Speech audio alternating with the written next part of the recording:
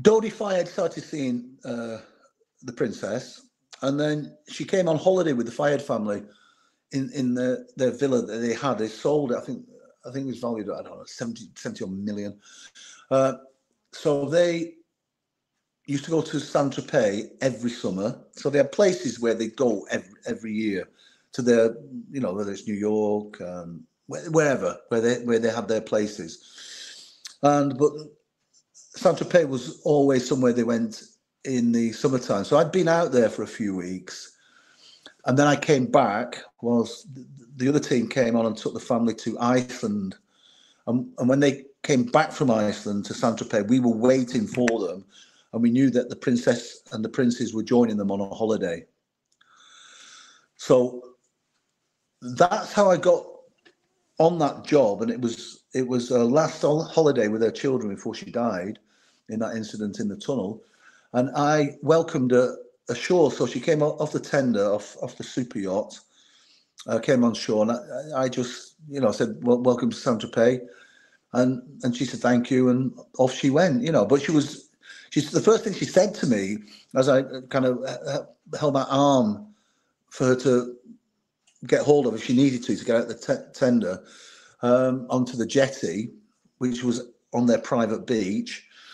She said, "Oh, what, more heavies?" And what she meant was more bodyguards, and because she'd seen quite a few on her journey, getting off the aircraft, getting onto the boat, or the ship, I should say, coming on the ship. So she quickly became aware there's a lot of security around,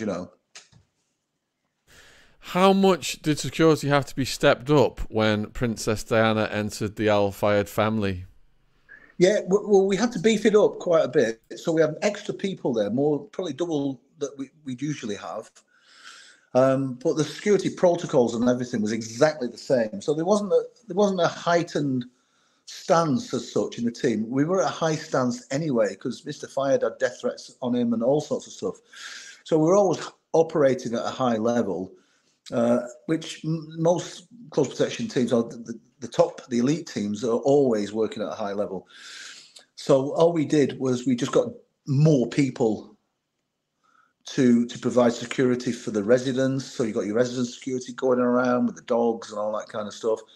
And they generally come on and they work the evening, and then you have day shift residents security. So it allows the close protection team to come and go as they will without, you don't even have to think about the security of the residents because it's all taken care of by the resident security team, So, so that's what we did, Sean. We just beefed it all up. But we didn't know what was going to happen. And at that time, when you do your risk assessments and you're looking at, who's possibly going to come and do anything to the princess. And it could be anything. It could be taking an inappropriate picture. It could be putting a listening device. It could be a physical attack. She had a lot of stalkers, by the way. It could be anybody. But we kind of did our assessment, and we thought she was heavily involved in the demining program, and she worked with the Halo Trust. And I've subsequently been back with them and taught some of their teams who were going out into hostile zones. And it was really weird to just go in there. There's pictures of Princess Diana everywhere. But she was heavily involved in that project. And we kind of figured that these people that produce these landmines, she's going to put them out of business. And these companies turn over billions and billions. So we kind of thought that could be a problem. So we just didn't know. So, we were kind of a heightened state of awareness as usual. But little did we realise it was going to be the paparazzi that was the problem.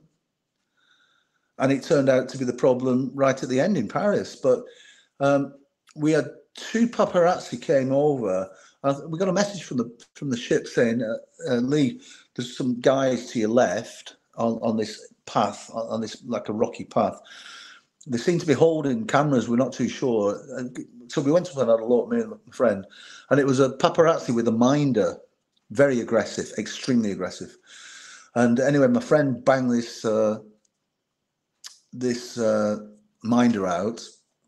It was a bit of an altercation, and the cameraman left, and we handed him the cameras and all the rest of it. And he threatened us, and he said, right, I'm going to tell them you're here.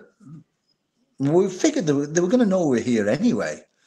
But so off he went.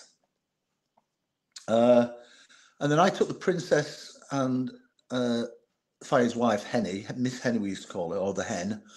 I took them out shopping that day. And we went down the town, and as we were going around the town, I was watching her. She had a flat cap on, dressed down and all that stuff. Nobody recognised her. There's various reasons, why you can disguise yourself very, very easily and nobody recognised you. And she had it off to a T. So she was dressed down, I said, sunglasses on, cap on, and off she went. But everybody she met, you could see she lit them up. They didn't know who she was. They're smiling, and she had time for everybody. She talked to everybody. I was like, wow, what an incredible woman. You meet somebody and you just feel their vibe. And I was taken aback by it. I really was. And I thought, hang on, there's somebody special here. This is a very, very special lady. And the interesting thing was, and I refer to this as well, as I said, when I'm speaking, I'm doing my high performance bit, that after a few weeks with the Fayed family, they started to change too. They'd never speak to you. Mrs. Henny wouldn't speak to me. Dodie Fayed had never spoken to me. I'd driven him, seen him many occasions. Mrs. Henny, she'd say hi to me. I actually got on with her okay. But the kids could be a bit rude. It didn't bother me. I loved working there, by the way. I had a great relationship with all the family. But all of a sudden, Mrs. Henny started smiling. She started chatting. The kids would say, listen to this, mate, it'll blow you away. They'd say please and thank you. Unheard of. Dodie Fayed actually spoke to me. And I was like, wow, how can somebody change a family, in just days? And so that's when I first met her. And then when the paparazzi came, it was just, you've never seen anything like it, Sean. It was hundreds of them, hundreds.